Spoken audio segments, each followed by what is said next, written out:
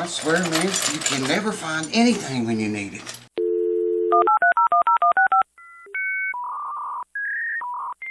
Alrighty, folks, welcome back. I'm going to jump right on this guitar. I thought we was going to set it up on the last video on it. We didn't get to. Ran into, I forget what we did run into. Anyways, I got to find a spring for that saddle wheel. I forgot about that. I drove a block in the back of it here and just blocked the trim, so it's a hardtail now. And I still haven't found that plate that goes over the back of it. I have looked everywhere, man. I have looked everywhere and I can't find it. I made one out of a CD box, you know what I'm talking about, painted it black, but I'm not going to put it on there. It's just, I could just barely bend it a little bit like that, and it cracks and shatters and goes all over the place. Drilled holes in it, and I figured the drill bit, you know, would crack the ends of it. Well, it did. And that one, you can see there. Anyways, this was an idea I had, and I thought, well, if I can find some pickguard material, that'd be perfect. I'm out of pickguard material right now. In fact, it's on order right now, but this guitar's going to be going home. It'll be going by the time the pickguard material gets here. Anyways, I think I showed you the strings we're putting on it is Ernie Ball Hybrid. You can't see it because of the sticker on there, but that's what the pack looks like. There are 9s to 46s. So let me get you and bring you over. Let's get right into it. We're going to hear this puppy tonight and see what it sounds like and set it up and make it play. Hold on. Flash flood watch and look at the humidity. Look at that humidity, folks. 97%. Good Lord, no wonder my sinuses are like they are. This is what the new owner of this guitar, the winner of it, said he liked, and I didn't have any of them, so I ordered him a set. Like I say, I want my guitar winning buddies, ladies or gents, whichever, to be happy with their purchase. I can't believe that went through there that easy. Coolness. I know some people put all the strings through the body before they do it. I usually end up making a mess if I do that. So I just like to rather go this route. I guess you're not seeing very much there, are you? Okay, how's that? Knock the whole shelf down. How about that?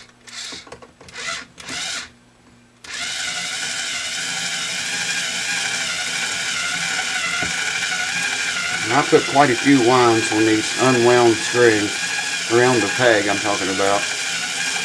Well, I did bring you back early, so I guess I lied. This comes up a lot in questions, and I showed this years ago on this channel, but I figured I'd show you again, talking about how many windings on the key. What I do, this is a 5th string, there's a 5th key. What I do is just pull the string up to the next key above, like so. Here's where it's got to go. Pull it up to the next one. That's where you want to put your bend at, if you're strong enough to bend it, and then stick it in the hole, pull it up to your bend. That's where you want to lock it down. And that on just most instruments works out about right all the time. I want to make sure that that winding goes under. Yeah, that did. These keys feel pretty good on this guitar. And then the part that's left out, sticking out here, I always bend it the opposite direction. You know, here's a better example. Stick the thing up to your bend, okay? And then as you start to tighten the key, bend this in around, you know, the opposite direction as much as you can. And you get a lot better grip that way. It just kind of helps it hang on longer, more stable rather.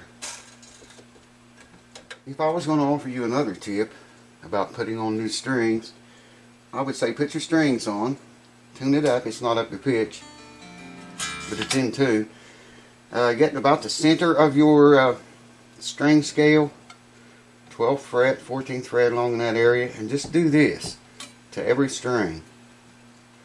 And your tuning string stretching problems will be over before they start. I might go over them a couple of times even and do this.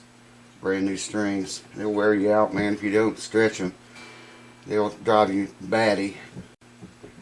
That's why I got the name the Nutty Professor, because I didn't used to stretch my strings out. You can break them. You don't want to do that.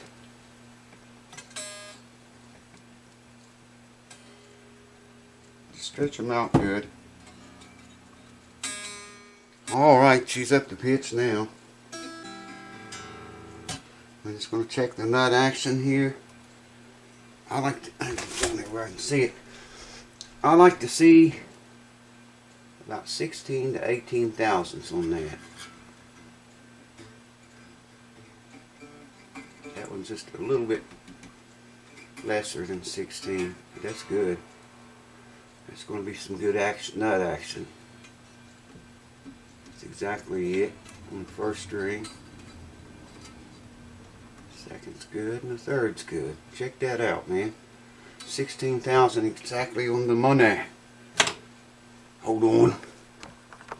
Now on my own electric guitars, I like to set my neck relief at 10 thousandths on electric guitars. Usually I set them at 12 on acoustics. But the new owner of this guitar told me that he has pretty heavy hands. So I'm going to set this at a 12. And I'm going to come all the way back to, what is that, the 20th fret or so. Oh wow, whole bunch of neck relief. Got to get down here where I can see it. No, that's good. Yeah, I think it is raising the string. Yeah, it is for sure. So I'm going to have to adjust a little bit, I think. Yeah, it won't even go under there. 12 won't even go under it. Hear it? Okay. So that means we got to loosen the truss rod. And I've already got the wrench here to do it with. 5mm, I think is what that was. I think that's, yeah, that's it. There it went. String's right in the way. Let's try that. Some truss rods are very touchy like that. See what I mean? That did it. It might be just barely lifting a tiny bit on that one. And that one. This first one here it's not. Yeah, maybe it is a little bit still yet. I swear, man, I'm going blind. Now that changed it. Remember how it was making a noise when I pulled it out? It's not doing that now. So we have 12 thousandths neck relief. Now, the guy told me, we got in a, well, we didn't get in an argument about it. He says, set your neck relief either in playing position or standing straight up and down like this. Okay? He said it'll change every time. Now he swore by it. It won't, I'm telling you.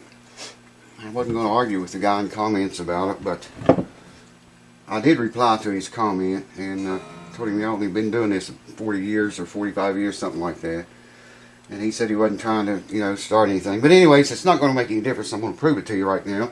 Because I'm going to stand the guitar up like he said to do. Let me get my 12 back out.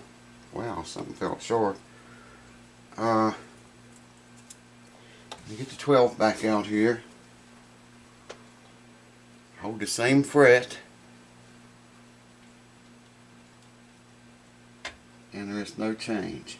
It's still 12. It's like I knew it would be. So I hope he watches this video. I used to hear people talking about the setting intonation and playing position and all this jazz.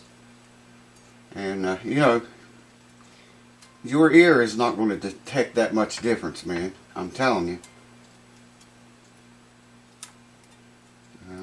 let's see, where am I at here? I can't look at the guitar this way. There's the 10th fret right there. It's tight on that one, but these others have not changed at all. I knew they wouldn't, but I wanted to show that just to make sure. Now if I check it like this, it's still going to be 12. It's a tight 12, but it's still 12. I knew it wasn't going to change. See, that just barely skims the string, whereas a little bit ago it was hitting it pretty good. Alright, what are we going to do now? Let's get this stuff off of it. Oh, you can't see too good. Well, maybe you can. Get this out. I want to check that and make sure it's still in tune. And we'll come back and start on the, I just set the pickup heights yet. Yeah, now I know it's not intonated. I know that for a fact because all these are straight. I did put a spring on there, by the way, on that first one. It's not like the rest of them, but it's got a spring on it now. So it'll do the job. It works. The guitar's got a 12-inch radius in the neck. Now you probably can't see this from up there, but maybe you can. It's 12 inches. So we want to match that radius back here. See if we're anywhere near it. And we are not.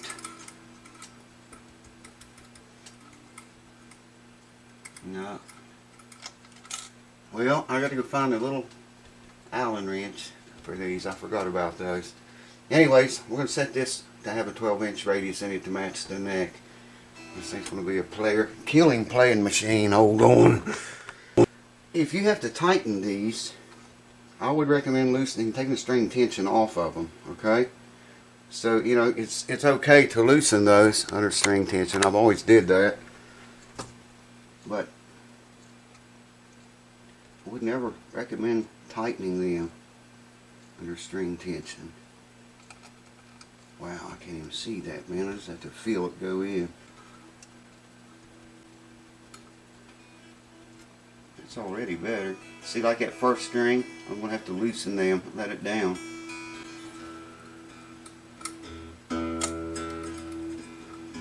That one, I guess it does need to go down. I didn't think it did. The first one. Alright. Try to keep them even. And then once they're set and the radius is right, if you ever have to adjust those again, just count your number of turns. See, that fixed it.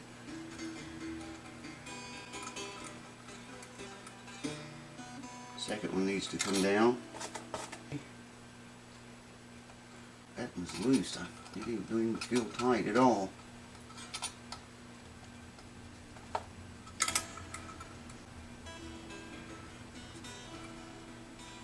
You just want the strings just to touch on that, you know, you want this just to touch every string. This one maybe could come down a little bit more, but that first one's one that needs it most. I'll get this little bastard in there. Okay, we got to set the pickup height on it or check them now. Now, I'm going to use Gibson specs on that because it works with almost every guitar. As soon as I find 30 seconds, 64s. And when you know, it'd be the very last way I picked it up. Gotta note the last string here. I don't know, you probably, I gotta get over here in the light anyway to see this myself. Gibson's recommendations are 3/30 seconds on the neck pickup, and that's what that is. Dead on. Yeah, that one needs to come up just a little bit. If I can get in there to, I can't see the screw head. Let's try that. 3:30 seconds. Let's see, I picked that up. I almost got it right that time, I think. Yeah, it's 3 seconds. Note the last fret and the highest point of the pickup. 3:30 seconds. On the bridge pickup, they recommend 1/16. Now that's going to have to come way up. I can tell you just by looking at it. Bridge pickup's got to come up a bunch, man. So I'll go ahead and do that. You know, you fool with 64ths and 32nds and stuff like that as much as I do, you can almost eyeball it and tell, you know, if it's anywhere near or not. Yeah, that's getting close. Alright, where's it at? 30 seconds. Make sure that camera, it is running, yeah. See the little red light. 1/16 of an inch. It's 2/16, or a little more than that.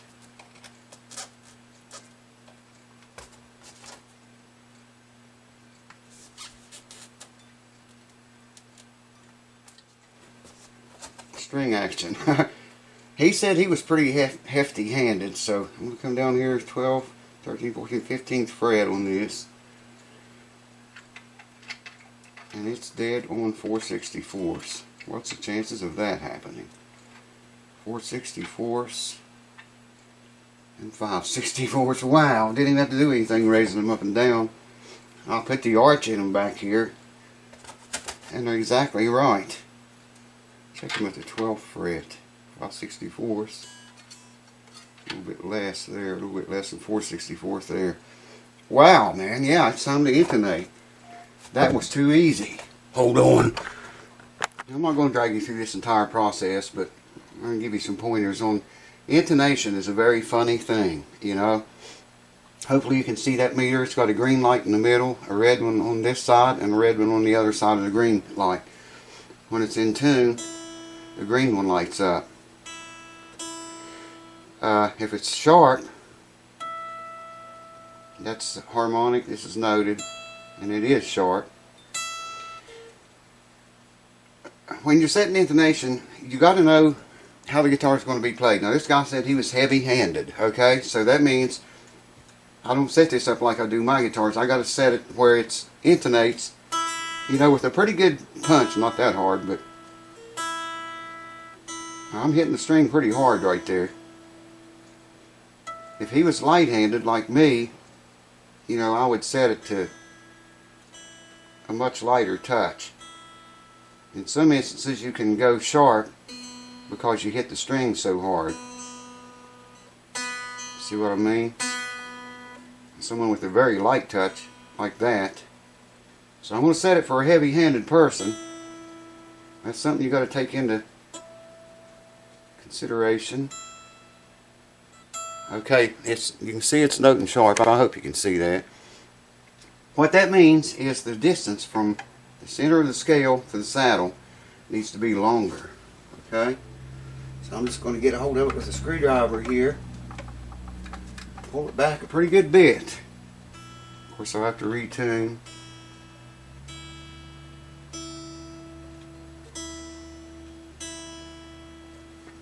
Harmonic. Noted.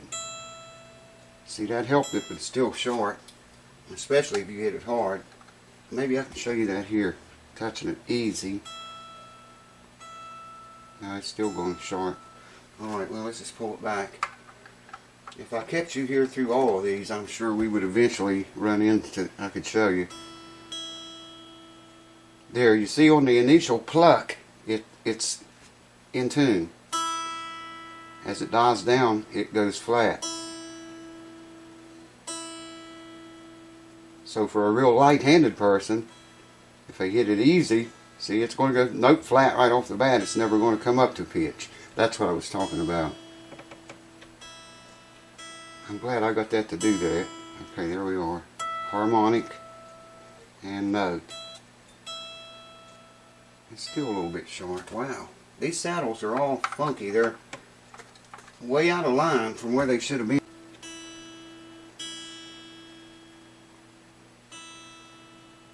See how it dies down? It's dead on when you pluck the string hard, and then it dies down. But if you pluck the string easy, it's flat. Always remember that when you're intonating a guitar. There's the harmonic. I didn't hit it very hard.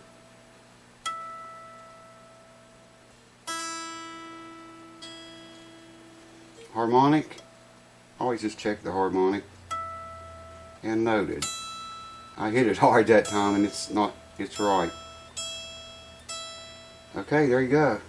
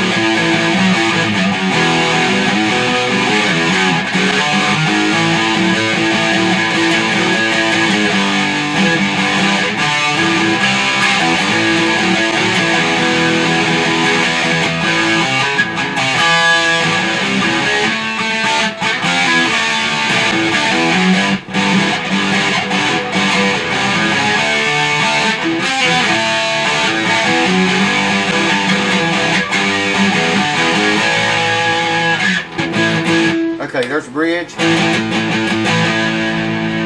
That's these two. Man, that's a hot pickup right there, that humbucker. That's the middle one only. Listen how much weaker these single coils are. That's the single coil. There's the double coil. Okay, there's the middle one again. The front. You can hear it losing power.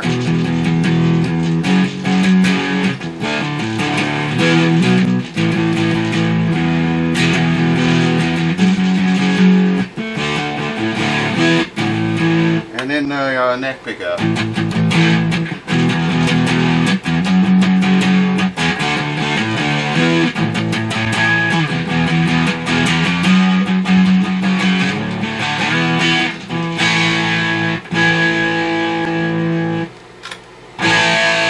That is one hot pickup right there, man.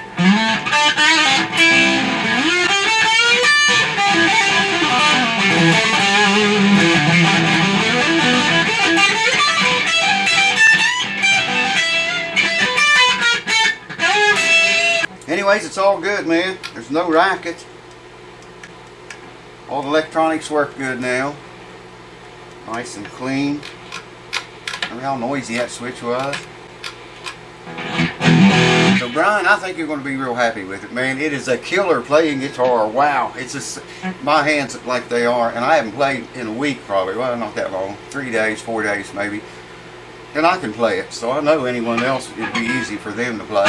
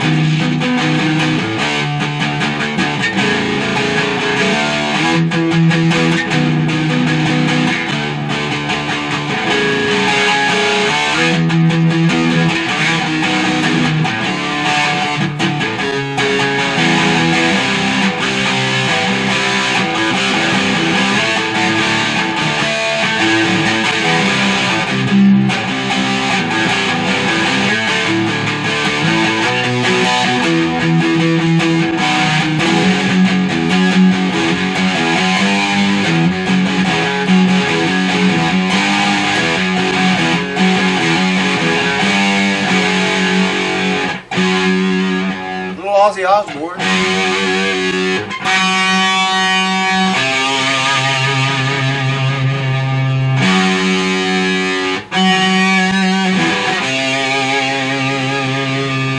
Anyways, it's a done deal, man. Brian, thank you, man. And enjoy. It's yours. I gotta wipe it up. I've got fingerprints literally all over it now. I'm sorry, man, I don't have that back plate.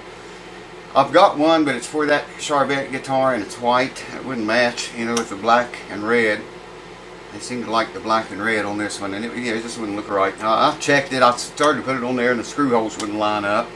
So maybe you can find one of those somewhere. I don't know. Maybe you can make one if you have pickguard material, or I don't know. I just couldn't find anything, man. I could not find anything to make that out of, except a CD box that I showed you, and it was a fail.